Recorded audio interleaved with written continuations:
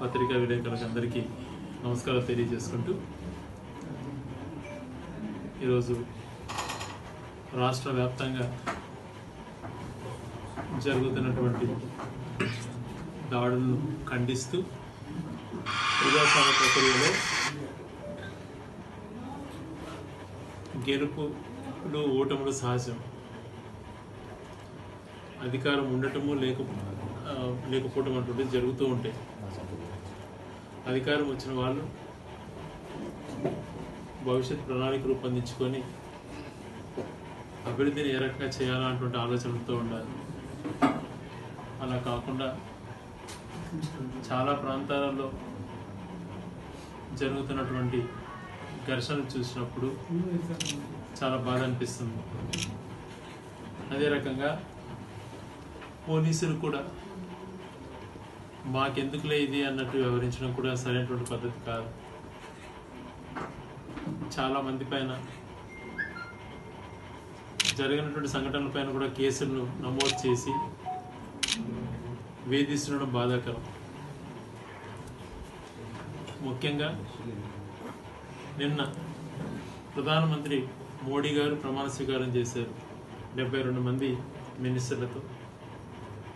ఈ రాష్ట్రానికి సువర్ణ అవకాశం బీజేపీకి మెజారిటీ రాకపోవడం, 240 సీట్లు మాత్రమే వాళ్ళకు రావటం, 32 సీట్లు భాగస్వాముల పైన ఆధారపడి ఉండడం ఒక వరం. దీన్ని అందిపుచ్చుకోవాల్సిన బాధ్యత ప్రతి తెలుగు వారి పైన ఉంది. అన్కండిషనల్ సపోర్ట్లను క్యాబినెట్లో పదవుల కోసమో వాళ్ళకి ఈళ్ళైపోవడం సమంజసం కాదు. ఈరోజు పోలవరానికి సంబంధించి 12,000 కోట్ల రూపాయల రాష్ట్రానికి రావాల్సినటువంటిది గౌరవ మాజీ ముఖ్యమంత్రి జగన్మోహన్ రెడ్డి గారు జనవరి ఫిబ్రవరిలో అత్యద్భుతంగా దాని వల్ల ఎక్కువ పట్టుబట్టడంతో ఒక కొలిక్కి వచ్చింది. కేవలం ఒక్క సిగ్నేచర్తో 12,000 కోట్లు రాష్ట్రానికి వస్తుంది. పోలవరం పైన ఎటువైనా నిధులు విడుదలవుతాయి. రాజధాని నిర్మాణం ప్రాధాన్యతను పెట్టుకున్నా బాధ లేదు, పెట్టుకోవాలి, చేయండి, కేంద్ర ప్రభుత్వం నుంచి అదనంగా నిధులు తెచ్చుకొని. కానీ ప్రత్యేక హోదా అన్నది చాలా అవసరం పడుతుంది. కాబట్టి మీ యొక్క భాగస్వాములతో, ముఖ్యంగా తెలుగుదేశం సపోర్టుతో బీజేపీ ప్రభుత్వం ఫామ్ చేసింది. కాబట్టి దానిపైన కొంచెం గట్టిగా మాకు అది ఇస్తేనే మేము మద్దతు ఇస్తాము అన్నటువంటి రీతిలో వాళ్ళని కానీ మనం ఇప్పుడు చెప్పగలిగితే ప్రత్యేక హోదా ఇచ్చేటువంటి అవకాశం ఉంది. గౌరవ తెలుగుదేశం పార్టీ అధ్యక్షులు చంద్రబాబు నాయుడు గారు అత్యధిక మ్యాండేట్ పొందారు. దేశంలో సెంట్రల్లో మోడీ పక్కనే పెద్ద భాగస్వామి పక్షంగా తనని గుర్తించి కూర్చిపెట్టుకొని మాట్లాడడం సంతోషకరమే ఒక తెలుగువాడిగా. కానీ ఒక మంచి అవకాశం ఏదైతే ప్రత్యేక హోదా ఉందో, ఆ ప్రత్యేక హోదా అన్నటువంటిది వస్తే ఉద్యోగాలు అన్నటువంటివి చాలా మెరుగుపడతాయి, పరిశ్రమలు ఎన్నో రకాలు వచ్చేటట్టు ఉంటుంది, యువతకు మంచి జరుగుతుంది. కాబట్టి ఆ ప్రత్యేక హోదా అన్నటువంటిది ఎటువంటి ఆందోళనకు గురి కాకుండా, వాళ్ళు ఎటువంటి బెదిరింపులకు కూడా లోను కాకుండా, అవసరమైతే వైఎస్ఆర్సీపీకి సంబంధించినటువంటి రాజ్యసభ సభ్యులు 11 మంది అయితేనేమి, మాకున్నటువంటి 4 పార్లమెంట్ సభ్యులు కూడా మేము గట్టిగా నిలబడతాం, అండగా నిలబడతాం. ప్రత్యేక హోదా ఇస్తే కన్నా అందరం ఒక తాటిపైకి వచ్చి, ఇప్పుడు మెయిన్ పార్టీ బీజేపీకి మెజారిటీ లేకుండా భాగపక్ష పార్టీలతో ఆధారపడి ఉన్నాడు కాబట్టి సువర్ణ అవకాశం అని చెప్పేటువంటిది ఒక సూచన చేస్తున్నాం. దీన్ని ఖచ్చితంగా పర్సనల్గా తీసుకొని తెలుగు రాష్ట్రంలో 3 కేంద్ర పదవులు, మంత్రి పదవులు కూడా పొందారు. వాళ్ళు కూడా అభినందన తెలియజేస్తూ, పదవుల కంటే కూడా ఈ ప్రత్యేక హోదానే మాకు అత్యంత ఇంపార్టెంట్ అన్నటువంటిది గట్టిగా తీసుకెళ్తారు అని చెప్పి ఆశిస్తున్నాను. కారణం ఇప్పుడు అది మిస్ అయితే మరి ఎప్పటికీ కూడా అవకాశం రాదు.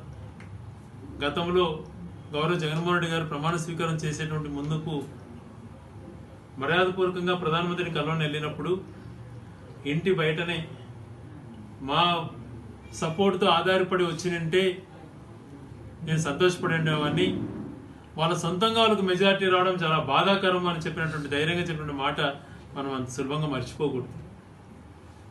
ఏ ఒక్కరు కూడా ప్రజలు మ్యాండేట్ ఇవ్వచ్చు. ప్రజలు మ్యాండేట్ ఇచ్చినప్పుడు మనం అవసరం అనుకున్నటువంటిది సాధించుకునేటువంటి రెస్పాన్సిబిలిటీ తీసుకున్నప్పుడే మనం చిరస్థాయిగా మన ప్రజలు గుర్తుపెట్టుకుంటారు. కాబట్టి ఆ ప్రత్యేక హోదా అన్నటువంటిది మన హక్కుగా ఉంది కాబట్టి, దాని వలన మనకు ఎన్నో రకాల మేలు జరిగేటువంటి అవకాశం ఉంటుంది కాబట్టి దానిని గట్టిగా డిమాండ్ చేయవలసిందిగా, అది అవసరం అనుకుంటే తెలుగుదేశం పార్టీతో కూడా మేము కూడా రాష్ట్రానికి సంబంధించినటువంటి పరిస్థితులకు, రాష్ట్రానికి మంచి జరుగుతుంది అని అంటే వైఎస్ఆర్ కాంగ్రెస్ పార్టీ ఎప్పుడు ముందుంటుంది అన్నటువంటి విషయాన్ని కూడా గుర్తు చేస్తూ, ప్రత్యేక హోదాని ఈ పరిస్థితులలో దాన్ని మిస్ చేసుకోవద్దు అని చెప్పి మేమందరం కూడా గట్టిగా అన్ని పార్టీల వాళ్ళకి విజ్ఞప్తి చేస్తున్నాం. అదే రకంగా ఎక్కడ కూడా ప్రజాస్వామ్యంలో హింసకు తావు ఉండకూడదు, అరాచలకు తావు ఉండకూడదు. ఈరోజు ఎలక్షన్ నోటిఫికేషన్ వచ్చింది అని చెప్పి ఏదైతే మేము భవనాలు ప్రారంభించామో, ఏదైతే డెవలప్మెంటల్ యాక్టివిటీస్ చేశామో, ఆ బోర్డు ఎప్పుడు కూడా గతంలో ఎన్నడూ లేని విధంగా ఈసారి కొత్తగా ఎలక్షన్ కోడ్ ఉంది అని చెప్పి దాంట్లో అన్నిటికీ కూడా ముసుగులు వేశారు, పేపర్లు అతికించారు. బాధపడలేదు, ఎందుకు వేశారని చెప్పి ప్రశ్నించలేదు. ఇది ఎన్నికల కమిషన్ యొక్క ఇది ఆదేశం ఉండిండొచ్చు అని చెప్పి మేము దాని గురించి కూడా ఆలోచించలేదు. ఇప్పుడు గ్రామాలలో బోర్డులు ధ్వంసం చేస్తూ ఎప్పుడు ఈ సంస్కృతి రాయచూట్లో లేదు. మరి కొత్తగా మీకు 5 సంవత్సరాల అవకాశం ఉంది, ఎంతైనా అభివృద్ధి చేయండి. ఈ బోర్డులు పగలగొట్టడం ఏంటి, ఆ బోర్డులకు పచ్చరంగు పూసేసేయటం ఏంటి అన్నటువంటిది ఒక్కసారి ఆలోచన చేయమని అడుగుతున్నా. ప్రజాస్వామ్య ప్రక్రియలో ఈ మంచి పరిణామాల మీరు ఆరోపణలు చేస్తున్నారు. వైసీపీ నాయకులు దౌర్జన్యాలు చేశారు, వాళ్ళంతా చూస్తాం, వాళ్ళ భూములు లాక్కుంటామని. తప్పు చేసిన వాళ్ళు ఎవరైనా ఉన్నా ఇప్పుడు మీ చేతిలో ఫుల్ పరిస్థితి అధికారం ఉంది.